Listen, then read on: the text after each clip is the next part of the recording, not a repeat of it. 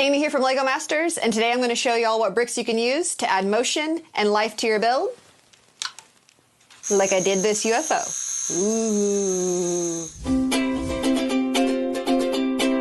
So the bricks that are going to be able to give our build motion are this 2x2 modified plate ball and socket, and this modified 2x2 plate ball joint. They connect perfect and they provide movement and stability, and they're great when you attach them onto other LEGO pieces, and they already start to give stuff stability, and you can add decorative and other colors and make it unique. So now that we have all of the toe ball socket joints, you can attach all of the other modified hinge pieces.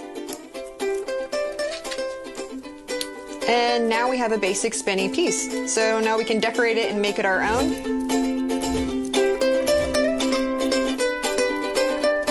The other additional piece you really want to make sure that you use is this axle TECHNIC pin.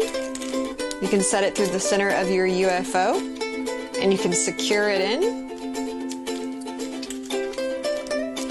And now we have a little flying UFO. So now that you've learned how to add movement, let's see what kind of motion and moving parts you can add to your next LEGO build.